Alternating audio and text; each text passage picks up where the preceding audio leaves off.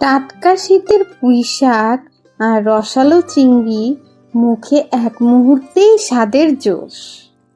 গরম ভাত আর রসালো চিংড়ি শীতের দিনের পারফেক্ট কম্বিনেশন।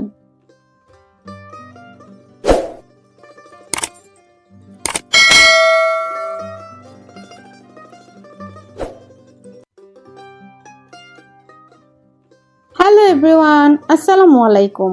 কেমন আছো সবাই? Welcome back to my channel জান্নাত ডেইলি ড্রাফট।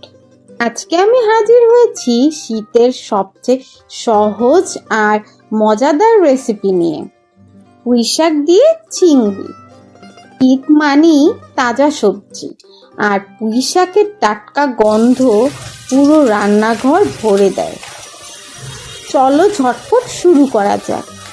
আজকের রেসিপির নায়ক কিন্তু দুইজন, টাটকা পুঁইশাক আর রসালো চিংড়ি। উপকরণগুলো কিন্তু খুবই সিম্পল। সো ফার্স্টেই আমি প্যানে দিয়ে দিলাম তেল। তেলটা গরম হয়ে এলেই দিয়ে দিচ্ছি পেঁয়াজ কুচি।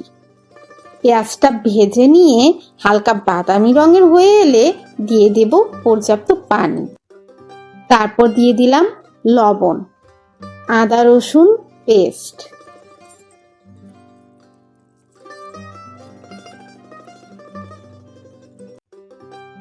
দিয়ে দিচ্ছি ধনিয়া গুঁড়া। শাকে কিন্তু খুবই সামান্য মশলা দিতে হয়, তাই আমি হালকা করে দিয়ে দিলাম মরিচ গুঁড়া আর হলুদ গুঁড়া। তারপর আমি হালকা কষিয়ে নেব।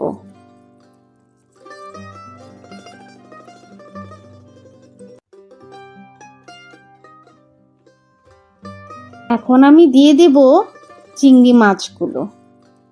তারপর মশলার সাথে মাছগুলোকে খুব ভালো মতো কষাবো।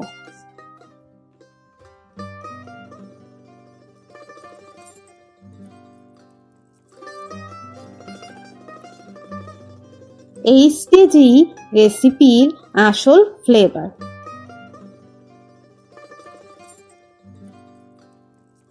আমার মাছটা কষানো হয়ে গেছে।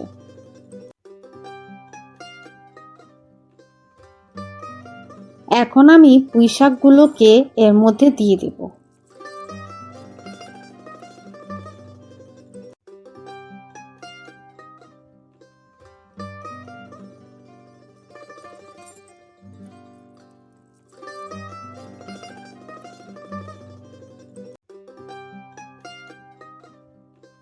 পুঁইশাকগুলোকে দিয়ে দেওয়ার পর মুহূর্তেই পুঁইশাকটা নরম হয়ে গেছে, আর পুরো ঘরটা শীতের একটা মিষ্টি গন্ধে ভরে গেছে। যেহেতু আমার দাদা ভাই মানে আমার ভাসুর ঝোল খেতে পছন্দ করে, তাই কিছুটা পানি ও আলু এখানে অ্যাড করে দিলাম, আর নাও দিয়ে দিলাম কিছুটা কাঁচামরিচ।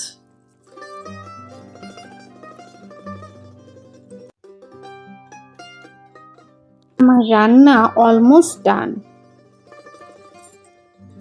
A few moments later. এটাই ছিল আজকের শীতের স্পেশাল পুঁইশাক দিয়ে চিংড়ি রেসিপি। ভিডিওটা ভালো লাগলে লাইক, কমেন্ট ও সাবস্ক্রাইব করতে ভুলবে না।